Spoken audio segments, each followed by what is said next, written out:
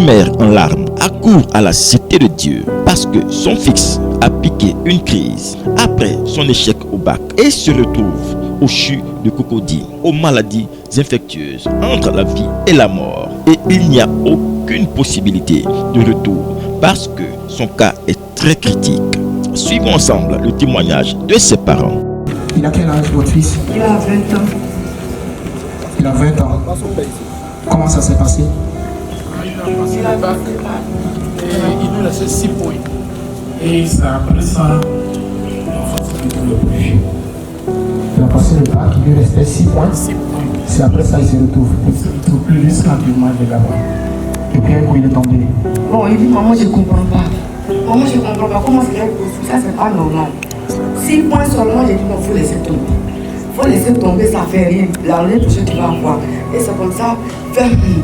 Et puis après, il a dit, bon, allez me coucher. C'est d'après, allez me coucher. Et puis après, il se retrouve jusqu'aujourd'hui.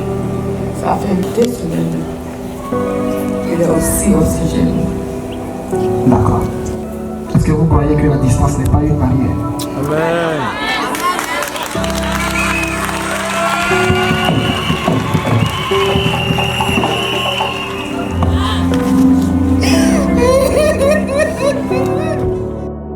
Alors qu'elle pleure, le prophète Elipada, ému de compassion, s'approcha de son mari, le père du jeune Emmanuel, qu'il prit comme point de contact. Le prophète lui donna un violent coup au niveau du cœur parce que les maladies qu'avait leur enfant étaient logées dans ses poumons, dans son cœur, dans son foie et dans son dos. Et par une action prophétique, le prophète frappa le père à ces différents endroits. C'est lui son père? C'est son père?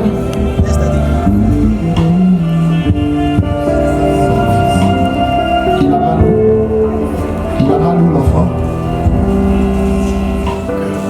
Où ça? Sa poitrine. Il a mal où et où? Identifiez les endroits.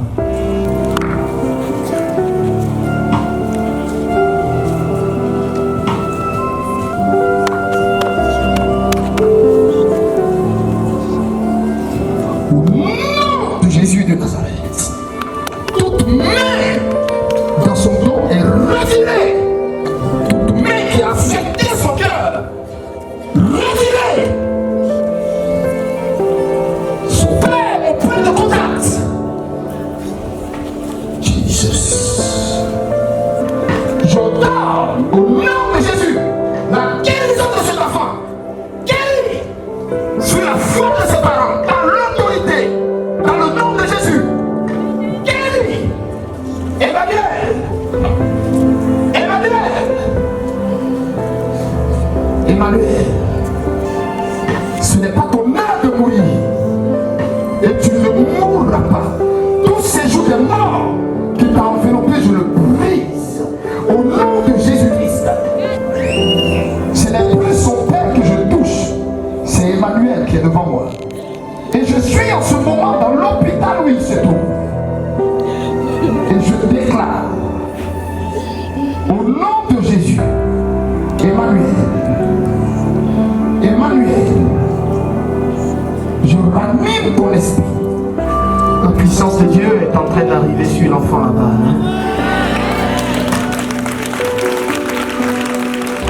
Après cette action prophétique, le prophète demanda qu'on appelle le jeune Emmanuel parce qu'il va bien. Et avant que l'appel ne soit lancé, c'est l'hôpital qui appelle. Le jeune Emmanuel lui-même appelle sa mère parce qu'elle n'arrivait pas à comprendre ce qui se passait dans son corps. Il est en train d'appeler sa maman, t'as dit. C'est lui qui appelle sa maman. Après que tu aies prié pour son papa, l'enfant appelle sa maman. Non, Emmanuel. Oui. Hein? C'est Christ. Oui. Tu dis quoi là? Comment tu fais ça? Eh, Daddy, ton Dieu est trop fort, Daddy.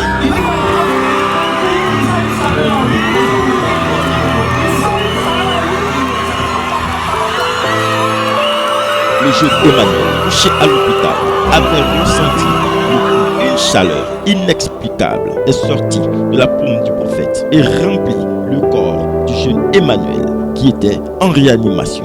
Bien-aimés, ceci prouve pour vous dire que la distance n'est pas une barrière pour le nom de Jésus-Christ. Une semaine plus tard, les parents d'Emmanuel reviennent à la cité de Dieu, mais cette fois-ci accompagnés de leur fils qui a quitté les urgences, quitté l'hôpital totalement rétabli, comme avait dit le prophète Elipada. Emmanuel est parmi nous. Élie a prié. Élie a prié. Élie a prié. Le feu est descendu. Élie a prié. Élie a prié. Élie a prié. Le feu est descendu. Papa Élie a prié. Le feu est descendu. L'homme de Dieu a prié. Le feu est descendu. L'homme de Dieu a prié. Le feu est descendu. Papa Élie a prié.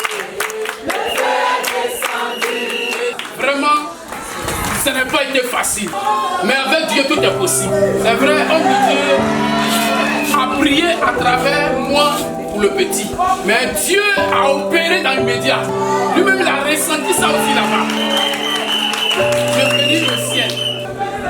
Et je bénis l'homme de Dieu, son épouse, ses enfants. Là où l'enfant était couché, en temps normal, ça peut un truc aller et puis revenir encore. Parce que il respirait dans le tuyau. Et après, de l'autre côté du Chine, on l'amène dans le coin de Corona. Et là où on l'a amené, on ne pouvait même pas le voir. Son téléphone seulement. Mais lui, Dieu l'a fait la grâce. Je remercie Dieu et papa. Emmanuel témoigne. Je remercie le Seigneur. Je remercie le Seigneur. Et je reconnais ma vie d'avant. Ce n'est pas une petite vie, on peut le voir. Je connais ma vie d'avant, c'était pas une bonne vie. Ça fait 2 ans que je n'ai pas mis mes pieds à l'église un dimanche. Ça fait 2 ans que je n'ai pas mis mes pieds à l'église un dimanche. Mais c'est aujourd'hui que j'ai mis mes pieds à l'église. C'est aujourd'hui que j'ai mis mes pieds à l'église. Ils ont les mêmes amis qui me disent ah c'est comment on là-bas on s'en bringue un peu. Genre alors gâcher un peu, voilà c'est les mêmes. Eux à l'hôpital où j'étais, ils ne sont pas venus. Amen. C'est aujourd'hui que je remercie le Seigneur sérieux. Aujourd'hui je vais remercier le Seigneur sérieusement. Moi que je voulais rendre c'était long. Mais Dieu rend ça bref. Je ne sais pas où la maladie est quittée. Moi il me dit que non, c'est Dieu qui veut me ramener à lui. Et ce qui est pris de mes yeux, ce n'est pas petit à cause de moi. Les morts qui défilaient devant moi jusqu'à actuellement. Ça fait que je ne peux pas encore dormir. Ça fait que jusqu'à présent je n'arrive pas à dormir. Mais c'est à côté de moi. On était plusieurs dans la salle. Quand je suis sorti, on était 2. C'est 2 personnes qui font.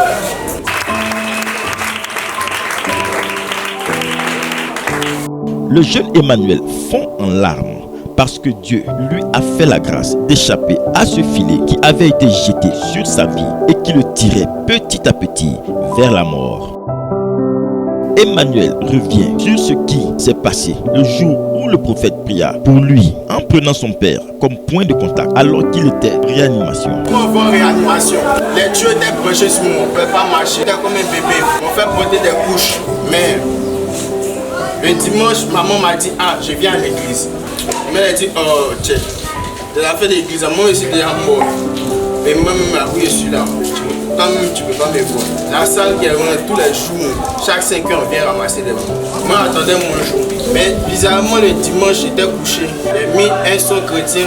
Moi il m'était couché puisqu'il était surtout oxygène. L'oxygène d'habitude c'est 3 créneaux au jour. Mais en réanimation ils ont mis à 10. Je ne pouvais pas respirer sans ça. J'étais couché, je ne pouvais rien faire. C'est la musique qui écoutait. Après la louange, bizarrement il y avait froid. J'ai demandé à la femme qui me soutient. Attends, pardon, il faut éteindre le climatiseur. Après l'adoration a commencé.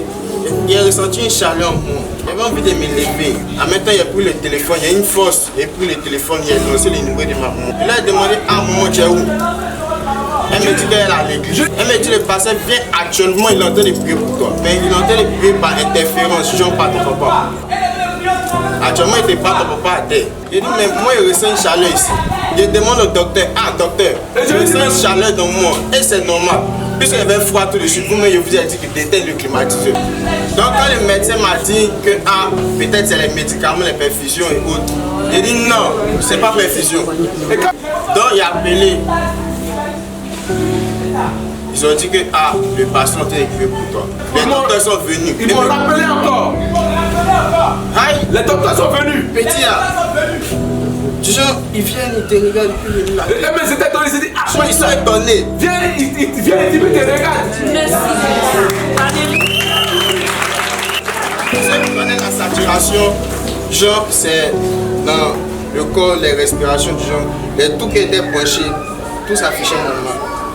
Ça a commencé à s'afficher normal. Moi, je suis venu me voir. De 4 à 10 ballons d'oxygène. Aujourd'hui, le jeune Emmanuel a été délivré au point où, chose miraculeuse, ses parents ont pu enfin le voir et lui remettre l'huile de toutes les possibilités que Dieu utilisa pour achever sa guérison. Je ne sais pas comment ils se sont arrangés, Je ne sais pas comment ils se sont arrangés. mais ils sont venus me voir, ils m'ont vu qu'il était en parfait état. Ils m'ont donné l'huile. Ils m'ont dit que, bizarrement, c'est le jour en dernier libéré du corps puisqu'ils m'ont proclamé négatif. Le deuxième jour négatif. Donc le troisième jour, il devait partir. C'est ce jour-là, il y a eu un mot du dos. Ce dos-là, c'est ça qui a créé tous ces problèmes-là. Jusqu'à ils m'ont gardé en réanimation. Ils m'ont dit, mais lui. Donc on m'a donné l'huile. Ils m'ont donné l'huile. Ils m'ont dit, Frotter sur mon dos. sur le dos, la partie qui me fait mal. Sur la partie qui me fait mal là. De commencer à bénir le sang de Jésus, de commencer à proclamer les paroles. Oui. Et c'est l'une de toutes les possibilités. Commencer à proclamer les paroles. Donc j'ai commencé à frotter et à proclamer des paroles. Le lundi, Le lundi, matin à mon réveil, matin à mon réveil, j'ai commencé à tousser du sang. Deuxième, du sang encore. Maintenant, tousser une troisième fois, c'était quand j'ai blanc. toussé la troisième fois, c'était blanc. Mais ça sortait de mes côtes. Ça sortait de mes côtes. Bizarrement, c'était ma délivrance. Bizarrement, c'était ma délivrance. Le lendemain, lundi, le docteur est venu, il dit, prélèvement de sang. Le lendemain, lundi, le docteur est venu pour un prélèvement de sang. Le soir, le docteur est venu. Il dit, petit, il n'y a rien. On ne voit rien. Le soir, le docteur est venu. Et il dit, petit, il n'y a rien, on ne voit rien. Il a enlevé le truc qu'il prenait pour respirer. Le Il a enlevé les tuyaux dans mes narines. Il a commencé à bien respirer. Je commence à bien respirer. La saturation a commencé à être bonne. Ils m'ont dit qu'ils vont me libérer le lendemain. Ils m'ont dit qu'ils allaient me libérer le lendemain. Le mardi. Le mardi. La mère d'Emmanuel rend grâce à Dieu. Vraiment, j'ai souffert. Dans toutes ces 3 semaines, je ne pouvais pas supporter. Dieu a donné la vie à mon fils aujourd'hui. Je suis Dieu a donné la vie à mon fils.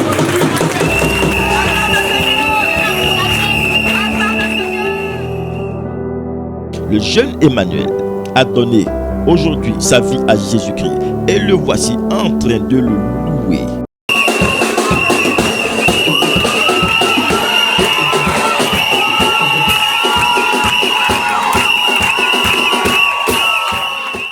Bien-aimés, voici ce que produit un ministère prophétique authentique. Que Dieu bénisse et utilise davantage son ami, son prophète, le prophète Elipada. Jésus, oyez!